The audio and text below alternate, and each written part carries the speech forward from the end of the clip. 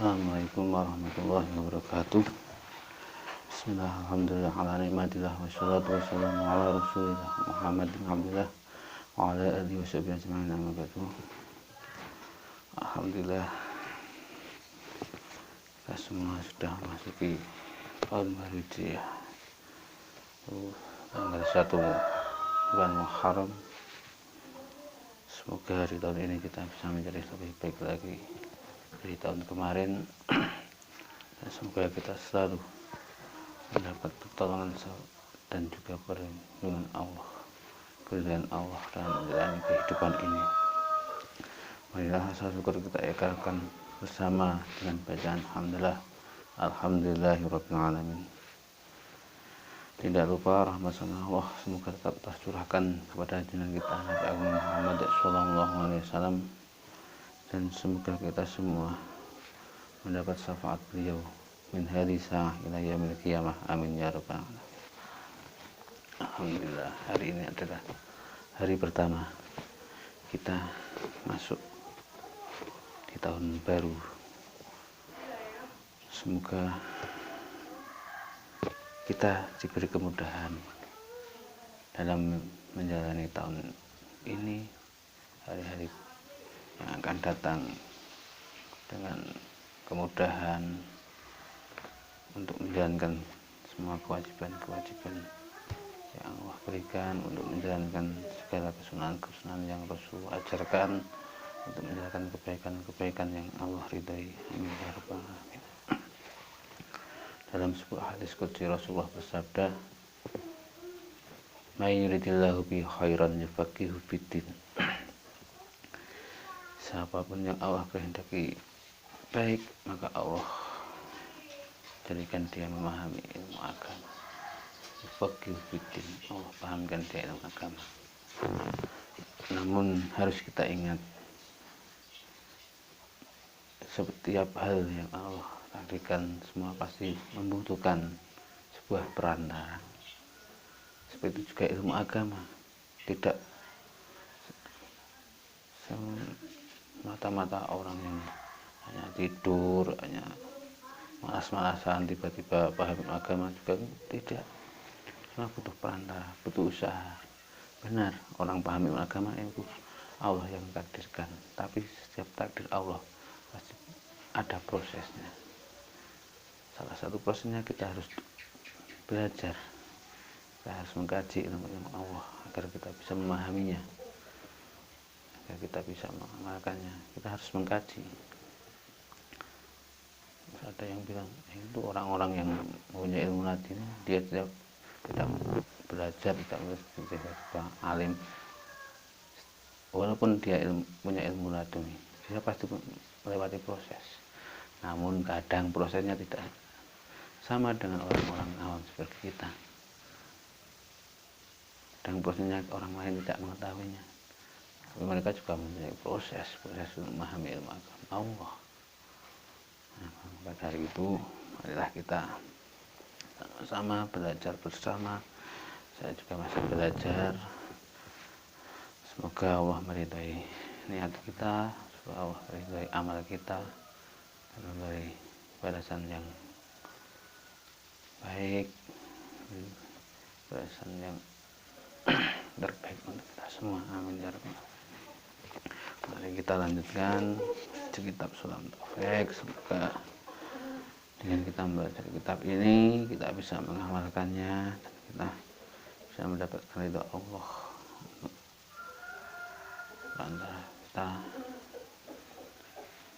lantaran kitab ini. Ya ajri doa ya Allah, fadika rahmatika manuka salamatika sunillah hadatina Mustafa Muhammad sallallahu alaihi wasallam wa azwajihi wa dzurriyyatihi wa hibatika ajma'in. Wa sunillah jami'al anbiya wa rasulillah sallallahu Muhammad sallallahu alaihi wasallam wa salatu wa fikradana ila sallallahu alaihi wasallam. Ya Ali Muhammad sallallahu alaihi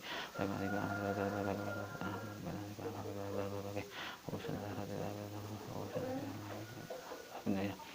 ووصاني هذا رمضان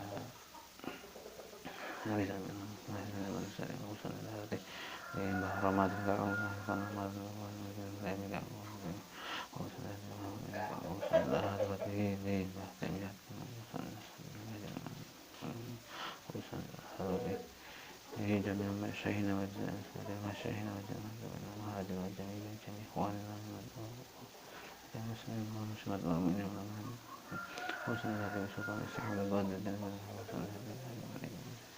wa sallallahu hadratil ardi mamajah abdullah balik wa sallallahu hadratil lima hadal kitab sunnah tafik Nazal al-Alamah Syekh Abdullah bin Husain bin Tahir bin Muhammad bin Hashim bin Alawi Ghafirullahu lana kurram anallaha yudarrim yang fauna bi asrarihim wa ulumihim badihim fid dunya wal akhirah Ghafirna min Fatihah A'udzu billahi minasy syaithanir rajim Bismillahirrahmanirrahim Alhamdulillahi rabbil alamin arrahmanir rahim maliki yaumiddin Iyyaka na'budu wa iyyaka nasta'in ihdinas siratal mustaqim siratal ladzina an'amta 'alaihim ghairil maghdubi 'alaihim waladdallin A'udzu billahi minasy syaithanir rajim Bismillahirrahmanirrahim Masih pasal yang pertama yaitu wajib membaca syahadat.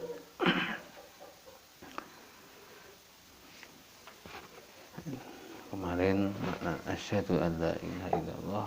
Sekarang makna asyhadu anna Muhammadar Rasulullah. A'udzu billahi minasyaitonir rajim. Bismillahirrahmanirrahim. Wa mana asyhadu anna Muhammadar Rasulullah.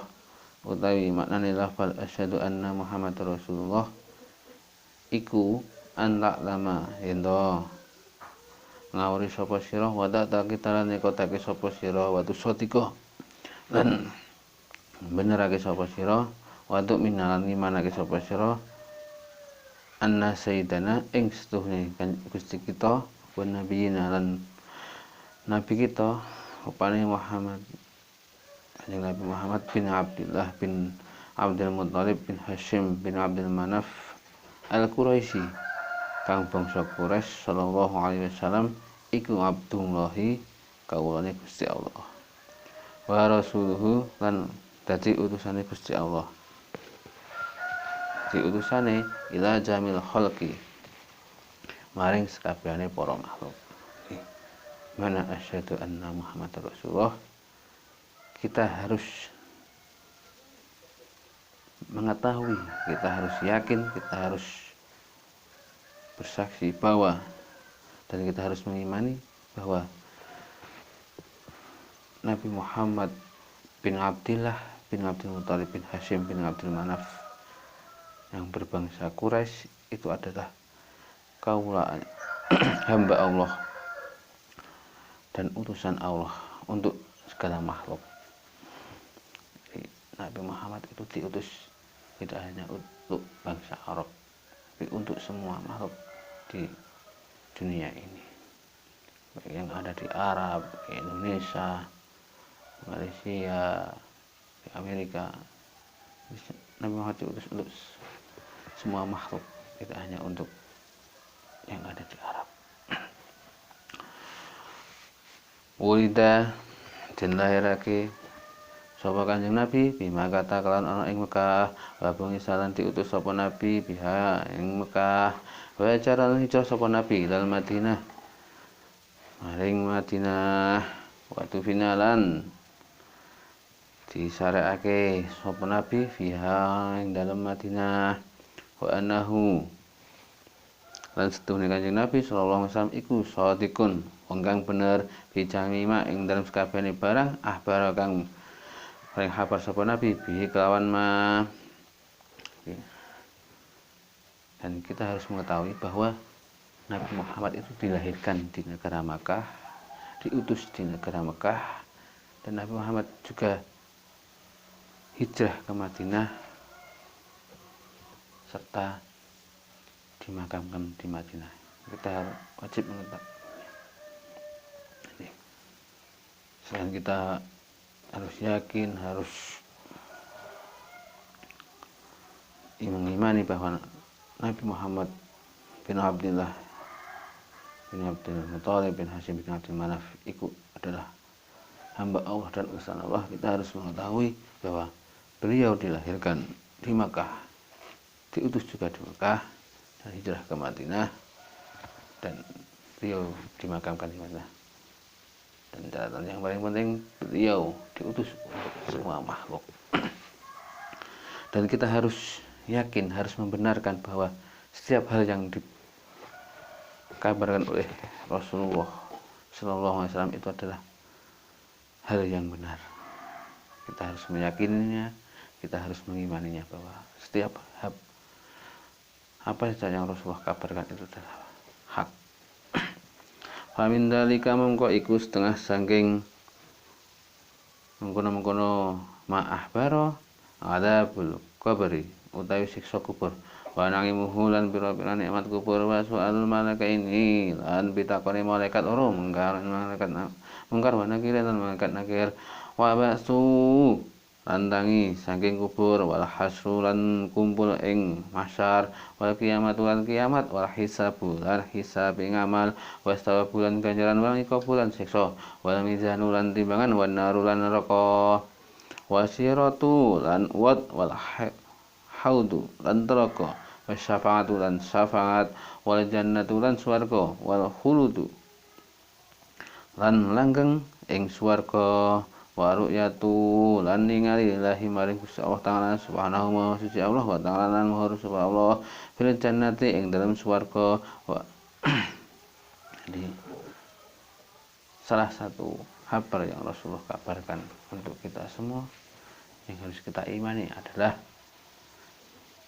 siksa kubur, nikmat kubur, pertanyaan malaikat mungkar dan nakir di alam kubur. Dan kita harus mengimani juga bahwa besok kita akan dibangkitkan dari kubur, kita akan dikumpulkan di padang mahsyar di hari kiamat, dan semua amal kita akan dihisab kita semuanya. Dan kita harus mengimani bahwa sawab ganjaran dan juga ngikop siksa itu benar adanya. Wal mizanu timbangan. Dan kita harus mengimani bahwa besok amal kita semua akan ditimbang di hari kiamat. Wan naru wasyiratu wal haudu wasafaatu wal jannatu. Dan kita harus mengimani bahwa neraka itu benar adanya, Shiratal mustaqim itu juga benar adanya, neraka itu juga benar adanya, syafaat Rasulullah itu pun harus kita imani dan kita harapkan, wal jannatu wal khuld. Dan kita harus iman bahwa besok kita akan yang orang yang Allah ridhai masuk surga akan berada di surga untuk selamanya. Kita harus mengimaninya. Dan kita harus mengimani bahwa Rasulullah mengabarkan bagi orang-orang yang beriman bahwa besok bisa melihat Allah Subhanahu wa taala. Itu juga benar adanya. Di dalam surga kita bisa melihat Allah Subhanahu wa taala. Itulah nikmat yang paling besar. Wa antum minalan himana ke sapa sira bi malaikatillahi kalawan pira-pira malaikat Gusti Allah wa rusulihi lan pira-pira utusan Gusti Allah wa kutubi lan pira-pira kitab Allah wa bil qadari lan kalawan pesten khairihi ya bagus sabun wa syarrihi lan angane pesten iku minallahi ta'ala sing Gusti Allah Ta'ala. Dan kita harus mengimani percaya bahwa dengan malaikat-malaikat Allah,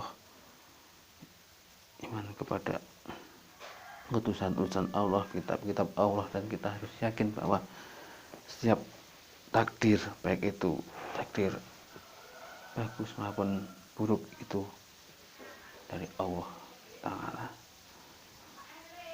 Wa annahu lan setuhune Kanjeng Nabi Muhammad sallallahu alaihi wasallam iku khatimun nabiyina, dadi pungkasane para nabi, wa sayyidu waladi adama lan dadi gustine anak putune Nabi Adam asma'ina yos kabehane. Dan kita harus yakin bahwa Rasulullah Shallallahu Alaihi Wasallam itu adalah akhir dari segala nabi, pungkasannya para nabi, itu nabi terakhir dan juga pemimpin bagi seluruh anak Adam, kita semuanya. Jadi di sini kita menerangkan kita harus masuk Islam dari orang yang sudah mukallaf, sudah balik, sudah berakal, wajib masuk Islam. Bagaimana dengan cara masuk Islam? Yaitu dengan membaca syahadat. Tauhid dan syahadat. Orang yang sudah membaca syahadat, bagaimanapun keadaannya, bagaimanapun perbuatannya, kalau dia sudah membaca syahadat, dia sudah balik, sudah berakal, dia otomatis masuk Islam.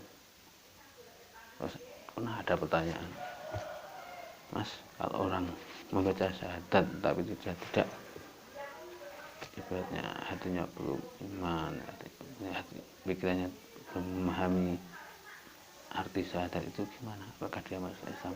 Masuk Islam. Di orang yang sudah mukallaf, sudah balik, sudah berakal, lisannya sudah membaca syahadat,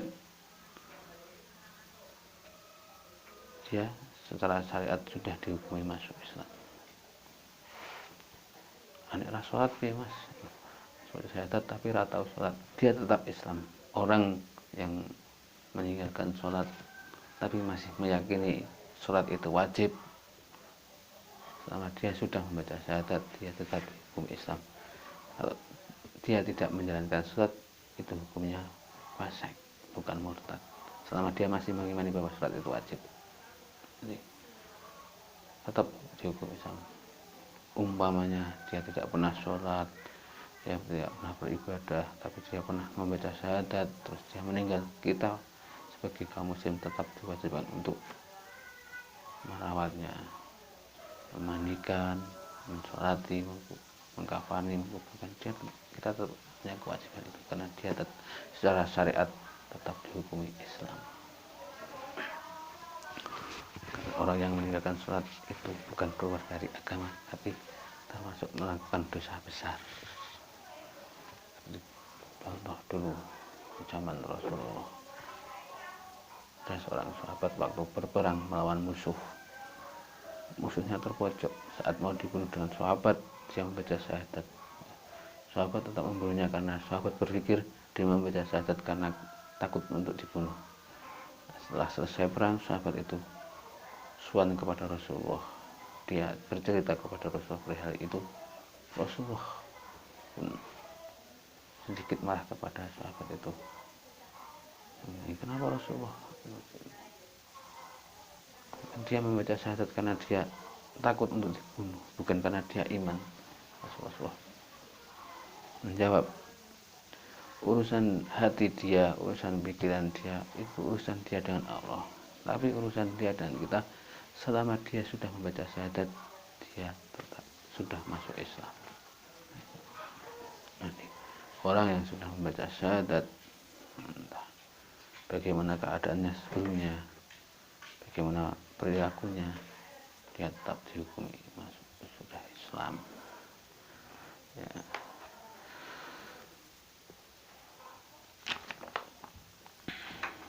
Faslun yujibu ala kulli muslimin, wallahu a'lam.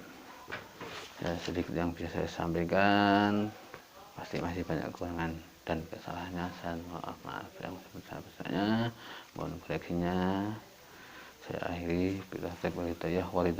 Wassalamualaikum warahmatullahi wabarakatuh.